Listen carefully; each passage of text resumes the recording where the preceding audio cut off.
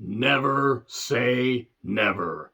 After all that, don't you dare, Undertaker, don't you dare let your character, let your legacy rest in peace. That being said, that Saudi check probably cleared because Vince McMahon said, God damn it, pal, I need you one more time, Taker. Ha ha ha, I'm a genius, damn it. I'm John Renton with my review of the WWE 22 Hall of Fame. Boy, at least they kept it short until Undertaker kept going and going and going. But then again, 30 years of Undertaker, he had to have a long speech. Ric Flair got a long speech, and Ric Flair had a tremendous career. So, of course, Undertaker was going to go long. He went full on Tony Robbins. I half expected him to pull a Jim Jones and say, people play games, my friends. And I gotta say that some of the stuff the Taker was saying made me think that some people probably would have drank the Undertaker Kool-Aid. If you think I'm going to be fair throughout this entire review, I don't know what the fuck you're doing here. I'm going to have fun with this. I'm going to also talk about some emotional moments. And I'm also going to be as blatantly honest as possible because I really don't give a shit at this point. I will celebrate the careers and I will knock the individuals. So with that being said, let's talk about it. Maria Menounos. I thought she just stepped out of the shower before she got on camera. Now with that image in everybody's head, including my own, let's talk about Kane. Oh man, I loved Kane. I especially loved him when he didn't, open his big, fat, fucking stupid, brain-dead mouth about, a whole bunch of other stuff. You can believe whatever the fuck you want to believe, but he really is the big red machine. The big red idiot is what he is. I think he has one of those Futurama brain slugs on him. That being said, hell of a goddamn career. What was Byron Saxton wearing? I don't know and I don't care. So, video package showing clips of various people that have been inducted into the Hall of Fame. And Captain Lou Albano and so many others. I mean, Gorilla Monsoon, Vince McMahon Sr., just so many. It would take forever to talk about everybody that's been inducted in WWE Hall of Fame. I certainly wouldn't be ranking them from worst to best as much as I thought of doing that, but come on. I mean, there have been some great talents that have been inducted in the Hall of Fame, some legendary talents that have been inducted in the Hall of Fame, and then there's the Bella Twins. But enough of that. Let's talk about, actually, there's been people way worse than the Bella Twins that have been inducted. Abdul the Butcher, anybody? Superstar Billy Graham, the guy that got a second lease on life when it came to gain a second liver, and what has he done? He's decided to pull a full-on, religious deal and say, oh, you're a sinner, you're all this. No, Graham, you're the goddamn sinner. Acting like people are still going to care, except, about anything you say, except maybe laugh at you for being the stupid, doddering old man that you are. So, they run down the card for tonight. Kayla, my goodness, Kayla Braxton looked great. Discount CM Punk was there too, a.k.a. Corey Graves, a.k.a. the guy that left his wife, that stuck by him when his widow brain hurt too much and they had to raise their 3 kids, including one that had, I believe some kind of disabilities. I'm not exactly sure what, but then he left her for a burnt piece of beef jerky and tried to act like he's in the right. You can love who you want to love, maybe just don't be a piece of shit about it. So, the Steiners are the first inductees for tonight. Big goddamn deal. My second favorite tag team of all time. The first one's the Road Warriors, by the way. Where are the Steiner Brothers on your favorite tag teams list? Answers in the comments, please. Steiner math. Man, the numbers don't lie. And Rex Steiner, that's his name. He does the introductions. Or the introduction speech. Talks about what his dad meant to him, what his uncle meant to him. It's like, I'm taking a risk giving my uncle a live mic, but here we go. And Scott has a live mic is what I wrote down. I'm very happy for them because this is a big deal. I never thought that Scott Steiner would be on any WWE program after he had knocked Triple H. And I wonder if him and Triple H did patch things up or if they just stayed their separate ways, like Journey once said. You just need to go your separate ways. And love will find you, but these chains won't bind you. And enough of that. Let's stop talking about old songs. Let's talk about old wrestlers. So, Scott, they kept these speeches short because Taker was going to go long. He talked about Randy Savage and cows mooing, and I don't really know what was going on, but Scott was more subdued here. He's had health issues, and I think he recognized he wanted to be on good behavior, and he probably thought, why go way too goddamn nuts? I mean, he's, 60? 59 or 60? I mean, he's got to be close to that. And he's like, I don't know. I didn't know if those cows could speak English, but I swear the Savage knew those cows. I don't know what that was about, but I have no idea. Of course, Rick did say, Well, as Scott first said, the days, the years, they will go by, and then you won't realize how much time, you have left, and how great those years were, because they can just fly by. And tag champs, world champs, his wife, when I'm right, she's writer. Writer is writer a word? I mean, whatever, paperback writer. And my greatest legacy is my two boys. And Rick didn't have much time. Thanks his brother. It was emotional. Good stuff. Charmele had a speech too, and Booker introduced her. Good for them. In all seriousness, Charmele is very gracious. You deserve it. You deserve a chance. Okay, whatever. It meant a lot to her. She puts over the women that she worked with, Alundra Blaze, Molly Holly. She says her first, TV angle was with Kurt Angle. Bestiality. Moving on. That was Kurt's words, by the way, and all hail King Booker! And there you go. She thanks Johnny Ace, said no one ever, besides Charmele, and she thanks Bruce Pritchard. Yeah, Bruce Pritchard can fucking kick rocks and, get eaten by a goddamn alligator for all I care. Same with Johnny Ace. But Charmele was very gracious. And up next, the Warrior Award recipient. Can we rename it the Shad Gaspard Award, the Hero Award, or the Shad Gaspard Hero Award? Something. Not named after the Ultimate Warrior, by the way, who embodied the spirit of the Ultimate Warrior. Shad was an actual hero. Shad was an actual good human being. He didn't say things like queering makes the world work, or knock Martin Luther King for all the stuff that he did, and say Hurricane Katrina victims, it was like rearranging the furniture, or knock Bobby Heenan's cancer and everything. I want to say, once again, fuck the Ultimate Warrior. I'm glad he's dead. I hope he suffered mightily for what he went through, for what he did and what he, but he was such a good person. No, that's not embodying the Ultimate Warrior. He came crawling back to Vince, or Triple H, got him to patch things up with Vince, and he realized that he had done so much shit in his life and made himself such a rotten individual to so many, and there are people that can still like him. That's fine. I still say, fuck the Ultimate Warrior. I'm glad he's dead. But by the way, Dana Warrior comes out, and I believe it was Ultimate Warrior said in the A&E documentary, my wife, who is a conservative, made me realize that I was unknowingly living a conservative ideology. So yeah, this plastic, brainless, disease-ridden twat, brain disease-ridden twat at least, can kick fucking rocks. Dana Warrior's a goddamn stupid twat. JTG comes out with Shad's wife and son. I actually thought that his wife was Dana Brooke for a second. And there goes Jason. I thought it was a heavy rain glitch, because I'm a terrible person. Jason! God damn it.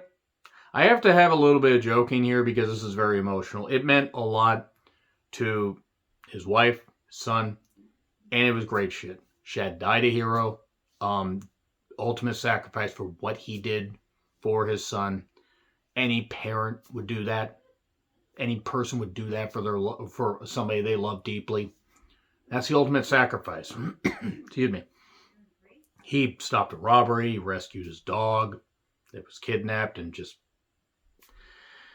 it was really good shit. I encourage you guys to check this out. Just ignore the fact that Dana, Ice Princess Warrior was out there. But I want to leave you with this quote. His wife said, women are remembered for what they are. Men are remembered for what they do. Good stuff. Very good. It's terrible that Shad is no longer here. Deserving. Rename it the Shad Gaspard Hero Award. Or Award for Heroism or something. I mean, I really can't say anything else. I just got to say, check this out. It's very, very emotional. It was short, to the point, but it was what it needed to be, and I can only imagine how tough it was for his wife and son to be out there. And hopefully his son can grow up to be even half the man that Shad was, but he put his spirit in him and rescued him, and he's going to carry that with him and be able to go on and do great things. So let's move on to another wrestler that has passed, Vader. It's Vader time. Vader time. Throw up your giant V. I usually have to go to a different kind of website to see something like this. Anyway, they showed WCW, New Japan, WWE clips, Boy Meets World clips, because of course they had to show that, and his 2012 one-off return. Jesse, his son, who I believe did compete in developmental for a little bit. I don't think his wrestling career worked out. And Vader's widow. And thanks to some of my timeline for pointing out about, how her, oh, look at her titties and everything. Yeah, there were people actually pointing that out. It was kind of funny. I certainly didn't counter it by saying that Kayla was saying that she was cold and that I would keep her warm. I would never say that. How dare you accuse me of anything? But in all seriousness, it was emotional. They were both gracious. How he was a great father. If there was a Father Hall of Fame, Vader would have been in it many, many years ago. Dallas V on display. Vader's one of the best super heavyweights of all time. Really, really good shit. I really enjoyed this. Vader should have been inducted before he passed away. I will say that much. It's bullshit that he wasn't. It's bullshit Randy Savage was not inducted before he passed away. Vince should have acquiesced to his demands and put the whole Popo family or whatever it was. Vader deserved to go in. Savage deserved to go in. Is Pillman Jr. or is Pillman even in? I'm actually legit asking. Is Pillman in the Hall of Fame? If he is, I don't remember. Somebody remind me in the comments, please. But this is very good. Very, very good stuff. Vader, one of my favorites. Truly one of my favorites. His feud with Sting, match with Ric Flair, Starrcade 1993, his stuff in Japan, being Antonio Inoki, causing the crowd to almost go into a near riot. That's the talent that Vader had. And too many accolades to list. Should have been WWE champion, but Shawn had to throw a goddamn bitch fit because that's what Shawn did at that time in the 90s. He's cleaned up, or at least found another way to do it. But good on Vader for having a hell of a goddamn career. I just wish he could have been inducted. He could have been alive to see this and see the outpouring of love and support that he truly deserved. So, we get a massive package on The Undertaker. Taker's massive package, as it were. And we get the 3D Taker graphic, which will become a meme for sure. And we've got, black mannequins that were in costumes in the ring or whatever. And Taker insisted on white mannequins, but that request was denied. Do not think this is going to be the last joke I make, because Taker had a hell of a goddamn speech. But first, Vince comes out. Vince looks like a collapsed bulldog, is what I realized, because everybody ages, and boy, he's aged 20 in about 5. And the list of opponents, they try whiting him, and he's just... At first, he was going along with it. Then he was starting to get mad. I'll say this much. People whiting Vince, though, for Vince's crimes against wrestling, I don't think it was the worst thing in the world. He goes through a lot of this.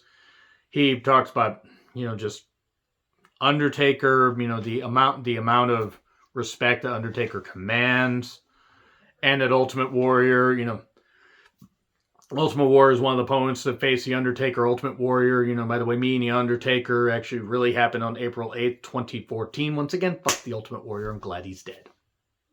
Just want to make that clear that if anybody really wants to get upset, I don't hold this shit back. I can pass away tomorrow, and I'm going to be happy with these words. That much I'll say. So anyway, toughness, dedication, loyalty, the Monday Night Wars, all that stuff. He introduces Taker, who gets a massive... The cheers went on forever. The cheers might actually be going on in some alternate universe. And look, aside from outside shit, Undertaker as a character, he endured. And endured, and then kept breaking down and kept hanging on way too long and way too long. And I honestly think Taker should have retired after the the end of an era thing, or maybe even the 2013 match with Punk.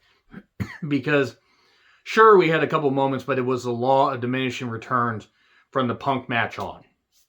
It just got to the point where Undertaker, yes, he kept getting money, and Vince kept going back to him and going back to him and going back to him. But how much of Taker's legacy did he damage in the last few years, continuing to come back? I'd say quite a bit of it. Now that could be something that people may not like. That's what I'm sticking with. You can hang on way too goddamn long. You can be the old gunslinger. You can go out on your sword. All these cliches and everything. It got to the point where Taker, it was becoming not even sad. It was becoming ridiculous. But that being said, he got a huge ovation. Massive ovation. Thunderous. And not the thunder and lightning, very, very frightening. He got huge reactions. Like, it was very emotional for him. It really, really was. And of course, He has a fucking thin blue line there on his goddamn collar, because of course Taker fucking had to have it. You just couldn't leave that shit out, so I'm going to point out. By the way, believe whatever the fuck you want to believe, but don't think that I'm not going to shred Taker for his very obvious views and everything. Him and Kane, I mean, they truly were the brothers of our destruction, if you get what I'm saying. And the ovation kept going, kept going, kept going. I did note that Undertaker was dressed like he was part of the Rhythm Nation. And now hearing Undertaker sing that in his Hall of Fame, or do that in his Undertaker voice, would have been even more hilarious. We are part of the Rhythm Nation. Ow. So anyway, I'm not going to go over everything that he said because we'd be here all goddamn day. But he goes over his nicknames, Lord Darkness, the Phenom, the Dead Man. Let me tell you about the man, Mark Calloway. It got to the point where I was thinking he was going to pull a Tony Robbins, or he was going to pass around the collection plate, or he was just going to say, we were talking about crypto or something like that, or he was just going to start talking like some old man. I pictured the Grandpa Simpson, Abraham Simpson, but the Grandpa Simpson episode, or, the clip where, hey, everybody, look, an old man's talking, and you could say about Vince or Taker. He deserved a long speech, don't get me wrong, but if we're going to complain about, yes, Hillbilly Jim, Undertaker, but Hillbilly Jim shouldn't have had a speech that long. One could argue it's still actually going on somewhere in some alternate plane, or perhaps even, in some other part of the world. But Undertaker, it was great, and he had these jokes locked and loaded, but I don't know. He wanted to pursue basketball. He was afraid of pissing off his folks. His brother told him, hey, get there or go achieve your dreams. He wrestled in the Enhancement Talent, one of his first matches, I believe, for WWE, and the kid won. And the kid was screwing up a whole lot of stuff, and he kind of roughed the kid up a bit and everything. And Vince said, people are going to perceive you as an asshole. If footage of that is out, I would love to see it, because I don't know if I've ever actually seen that match. Perception. He talks about all the stuff that he went through, the surgeries, the doctors, and everything. He did he mention Mick Foley? I don't recall him mentioning Mick Foley, and I was a bit surprised by that. Considering how much Foley added to his character, I mean, I don't really understand why he wouldn't have mentioned Mick Foley. He did mention The Godfather. He mentioned Bryan Adams, the late Crush, breaking bricks with their hands. And he didn't know why the hell they were doing that, but that was one of the last times he got to see him, or I think the last time he got to see him. Mentions Paul Bearer. Paul Bearer putting cucumbers in his drink. Paul Bearer put his cucumber in somebody's drink. Have fun unseeing that. Oh, yes! And then mentions Kane, the true big red machine of WWE. And he talks about various. It got to the point where it's like, okay, he's doing these stories, he's talking about his parents, talking about all this stuff, and it meant a lot to him. He was getting all these words out, all this emotion out. And he's doing this stuff, and he talked about, Terry Anderson, who made the gear, and how Sean must have been confused, because he had both eyes on, like, the ring or whatever, on the mannequin, on Taker, and he couldn't tell the difference between them. And then he mentions his son. His son's name's Gunner. Of course his son is named Gunner. And Colt with a K. Yeah, okay, we get it. We get it. We get what the fuck you are, Undertaker. You don't have to hit us over the goddamn head with it. Mentions his parents. Talks about Michelle. He thanks Jesus Christ. And he thanks Vince. And does a whole bunch of stuff. And then, says the Undertaker's legacy will rest in peace. And then takes the stuff off the one of the black mannequins there, probably stripping, a black mannequin of its dignity like he wanted to do this anyway. And he then says, never say never. I was going to say this in closing. It was actually a very good Hall of Fame speech. If Undertaker comes back after all that and actually comes back to his Saudi show, I'm going to laugh and I'm going to basically say that he's a fucking idiot. I don't care how much money he gets paid.